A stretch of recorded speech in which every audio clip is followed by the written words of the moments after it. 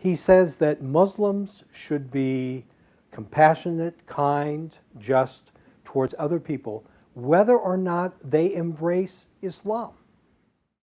I find those two characteristics of his reading of the Islamic tradition, his interpretation of the Islamic tradition, to be quite remarkable.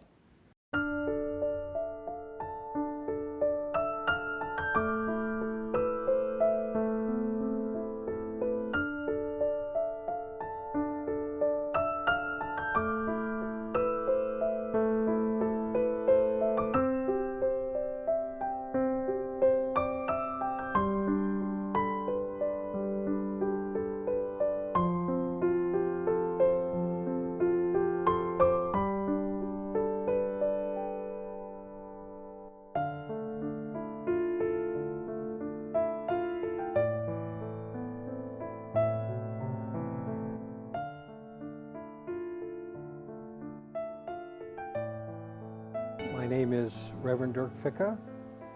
I am an ordained Presbyterian minister who for the last 20 years has worked extensively in the interreligious movement.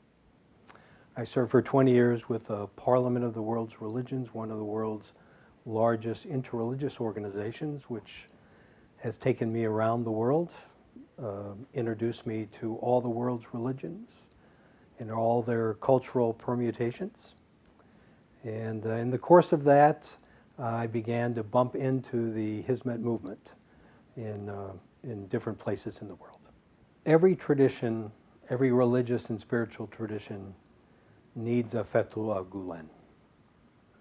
It needs somebody who, on the one hand, holds on to the essence of the religious tradition without compromise, and at the same time helps practitioners of that tradition express it in new contexts, express it as time moves on, express it as human understanding in general increases. And for the Muslim world at this point in history, Hoca Efendi is doing that for a significant portion of the Muslim world, with some spillover to people of other traditions. I find it first remarkable that Fethullah Gulen offers a fairly traditional, kind of right down the middle, theological approach to Islam. And in offering that very traditional theological approach to Islam, he says that the default position of Islam is peace. He says this is not something optional. This is the essence of what traditional Islam teaches. He says that Muslims should be compassionate, kind, just towards other people, whether or not they embrace Islam. I find those two characteristics of his reading of the Islamic tradition, his interpretation of the Islamic tradition, to be quite remarkable. He also is not afraid of modernity. He says that there are other kinds of knowledge that human beings can have apart from explicitly religious knowledge, and that we should learn everything we can about the world, about what it means to be human in a general way, that is not in conflict then with the values and the perspective and the relationship to the divine that religion offers. So I admire him so much because he has brought an intellectually credible synthesis of modernity with religious tradition. It's clear from the writings of Hoca Efendi that dialogue is essential to Islam, not something additional. It's at the core of the tradition, not something optional. So from his reading of the Prophet, peace be upon him, from his understanding of the revelation in Quran and then the tradition of the Hadith, that to be Muslim is to, in fact, have to be in dialogue with others. And that over much of its history, Islam has not been fearful of interreligious dialogue. It had a kind of inner religious and philosophical confidence that it could engage with people of other traditions, perhaps learn from that, and yet not be diminished as a tradition. So I see that again in people in the Hizmet movement. Well, first of all, in some ways, the growth of the Hizmet movement mirrors Fethullah Gulen's autobiography. I see so much of what the movement got into or how it developed as following the pattern of the evolution of the work of Fethullah Gulen. And early on, he saw the need for education, building on Syed Nursi's notion that the three most critical things facing the world was ignorance, poverty, and social discord. Education, learning about others, learning about the world, is critical to addressing the ignorance question, not only for personal empowerment, but also for the relations you have with other people. Education is a core need for human beings, so if as a movement you provide high quality education for young people, that's going to create value in the community, but also respect. I find again it's amazing that the Hizmet movement found schools for general education, not to teach Islam. There's a place for that, certainly. The movement recognizes the place of that. But when it comes to education, this is about a general kind of education. And it's remarkable that all these schools are devoted to that kind of education. And again, I think that helps to build bridges between the movement and other communities in the world. Again, what's very special about the Hizmet movement being motivated out of an Islamic rationale expressing Islamic values is that there is no partiality in terms of where they will provide humanitarian aid, that they're willing to provide it in Muslim countries and in non-Muslim countries to people who espouse Islam and those who espouse a different tradition or no religious tradition at all. I've found that the approach too of the humanitarian aid goes beyond just disaster relief. I was able to visit a number of examples of humanitarian aid in the world where sadly the international aid organizations come in for 3 to 5 days or 2 weeks to provide much needed emergency service, water, food, sanitation, medicine, but then they have to move on to somewhere else in the world.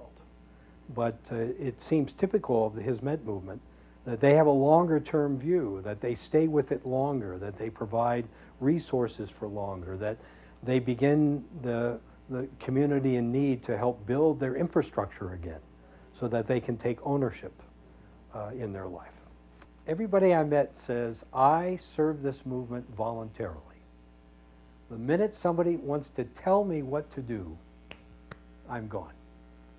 But because I can freely choose how to work in the movement, I'm fiercely loyal to it. And I'll go to any place at a moment's notice in terms of serving others through the movement. Now, that's a remarkable characteristic. The two sides of that. I make up my own mind, I choose to do this myself, and therefore I choose to do it freely.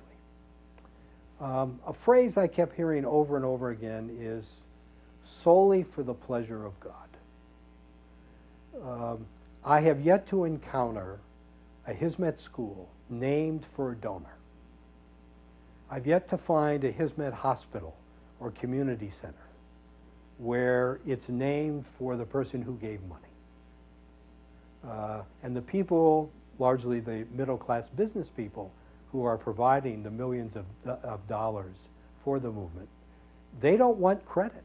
They don't want anybody to know that they've given this money. In fact, in a way, they see it as diminishing the spirit of generosity if they get some side benefit from getting some accolades for giving the money.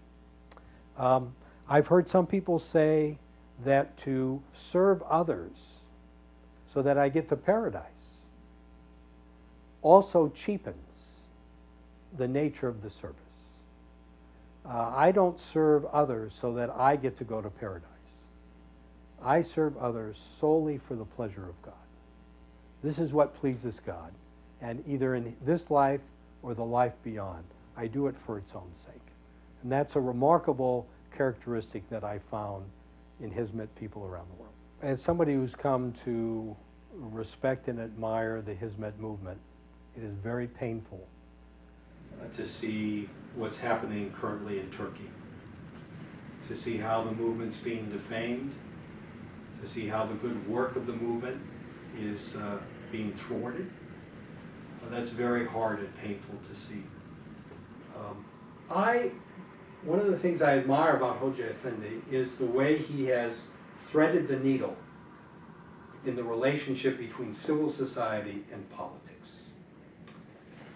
My understanding is that when the current Prime Minister was elected, and the current Prime Minister said, I have a commitment to democratic society, we have a constitution currently that was written in 1980 during a military coup, that we need a new constitution. We need to recognize the full rights of minorities such as Alawites, Armenians, and Kurds in our own country. That the movement was in favor of those values and that direction. So they said, we will support this party and this Prime Minister because you are pursuing those goals. And of course, it's always tricky when you do that, and some people say, you're really showing your cards now. You're really a political movement, not a civil society movement. And the movement said no. Then when the Prime Minister backtracked and began to back away from that full commitment to democracy, then the movement criticized those actions. I think Fethullah Gulen has said it very well and very succinctly. We have not moved. We are and continue to be where we're at in favor of working for true democracy out of the context of civil society. It's the political game in Turkey that has shifted. And my guess is that the people committed to the movement were always committed to the movement for its values, its principles, its ideals, not for some kind of personal benefit. And that now that the movement is currently under siege, they're not going to abandon the movement. They're going to continue to be where they have been, and probably this will only deepen the commitment of those in the movement as they experience this turmoil.